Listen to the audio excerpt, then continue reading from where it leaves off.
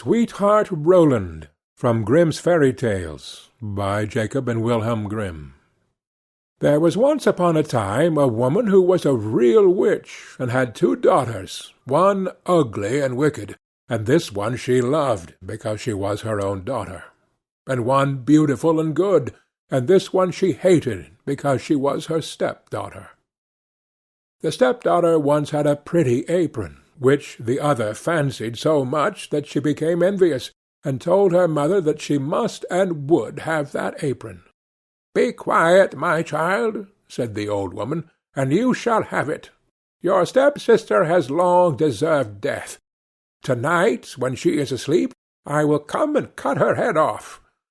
Only be careful that you are at the far side of the bed, and push her well to the front." It would have been all over with the poor girl, if she had not just then been standing in a corner, and heard everything. All day long she dared not go out of doors, and when bedtime had come, the witch's daughter got into bed first, so as to lie at the far side; but when she was asleep, the other pushed her gently to the front, and took for herself the place at the back, close by the wall. In the night the old woman came creeping in. She held an axe in her right hand, and felt with her left to see if anything were lying at the outside; and then she grasped the axe with both hands, and cut her own child's head off. When she had gone away, the girl got up and went to her sweetheart, who was called Roland, and knocked at his door. When he came out, she said to him, "Listen, dearest Roland, we must fly in all haste. My stepmother wanted to kill me, but she has struck her own child. When daylight comes, and she sees what she has done, we shall be lost." "But," said Roland, "I counsel you first to take away her magic wand, or we cannot escape her if she pursues us."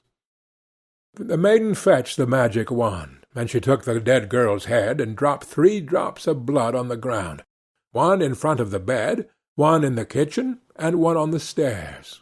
Then she hurried away with her lover. When the old witch got up next morning, she called her daughter, and wanted to give her the apron, but she did not come. Then the witch cried, "Where are you?" "Here, on the steps. I am sweeping," answered the first drop of blood. The old woman went out, but saw no one on the stairs, and cried again, "Where are you?" "Here in the kitchen. I am warming myself," cried the second drop of blood. She went into the kitchen, but found no one. Then she cried again, "Where are you?" "Ah, here in the bed. I am sleeping," cried the third drop of blood. She went into the room to the bed. What did she see there? Her own child, whose head she had cut off, bathed in her blood. The witch fell into a passion, sprang to the window, and as she could look forth quite far into the world, she perceived her stepdaughter hurrying away with her sweetheart Roland. "That shall not help you," cried she. "Even if you have got a long way off, you shall not escape me." She put on her many-league boots, in which she covered an hour's walk at every step, and it was not long before she overtook them. The girl, however, when she saw the old woman striding towards her, changed, with her magic wand, her sweetheart Roland into a lake, and herself into a duck, swimming in the middle of it. The witch placed herself on the shore, threw bread-crumbs in, and went in endless trouble to entice the duck. But the duck did not let herself be enticed, but the old woman had to go home at night as she had come. At this the girl and her sweetheart Roland resumed their natural shapes again, and they walked on the whole night until daybreak. Then the maiden changed herself into a beautiful flower which stood in the midst of a briar hedge, and her sweetheart Roland into a fiddler. It was not long before the witch came striding up towards them, and said to the musician, "Dear musician, may I pluck that beautiful flower for myself?" "Oh, yes," he replied. "I will play to you while you do it." As she was hastily creeping into the hedge, and was just going to pluck the flower, knowing perfectly well who the flower was, he began to play, and whether she would or not, she was forced to dance, for it was a magical dance. The faster he played, the more violent springs was she forced to make, and the thorns tore her clothes from her body, and pricked her and wounded her till she bled. And as she did not stop, she had to dance till she lay dead on the ground. As they were now set free, Roland said, "Now I will go to my father and arrange for the wedding."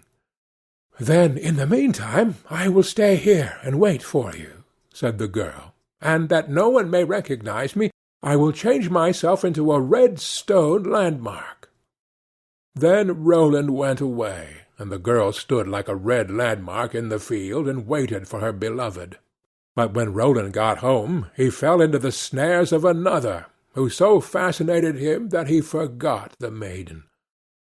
The poor girl remained there a long time, but at length, as he did not return at all, she was sad, and changed herself into a flower, and thought, "Some one will surely come this way and trample me down."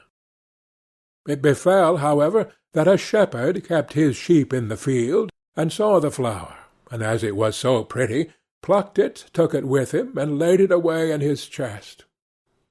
From that time forth strange things happened in the shepherd's house.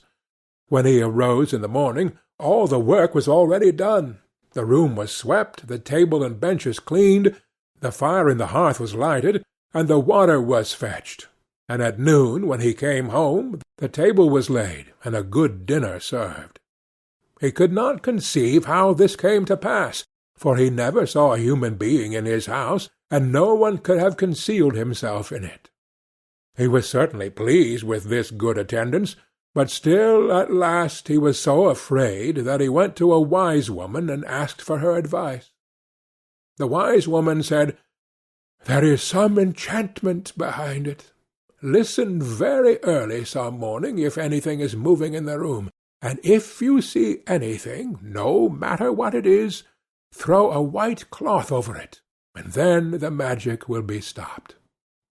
The shepherd did as she bade him, and next morning, just as day dawned, he saw the chest opened and the flower come out. Swiftly he sprang towards it, and threw a white cloth over it. Instantly the transformation came to an end, and a beautiful girl stood before him, who admitted to him that she had been the flower, and that up to this time she had attended to his housekeeping. She told him her story, and, as she pleased him, he asked her if she would marry him, but she answered no, for she wanted to remain faithful to her sweetheart Roland, although he had deserted her. Nevertheless, she promised not to go away, but to continue keeping house for the shepherd.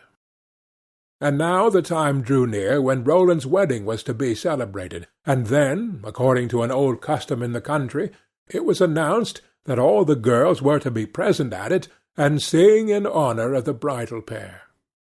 When the faithful maiden heard of this, she grew so sad that she thought her heart would break, and she would not go thither, but the other girls came and took her. When it came her time to sing, she stepped back, until at last she was the only one left, and then she could not refuse. But when she began her song, and it reached Roland's ears, he sprang up and cried, "I know the voice! That is the true bride! I will have no other!" Everything he had forgotten, and which had vanished from his mind, had suddenly come home again to his heart. Then the faithful maiden held her wedding with her sweetheart Roland, and grief came to an end, and joy began. End of Sweetheart Roland.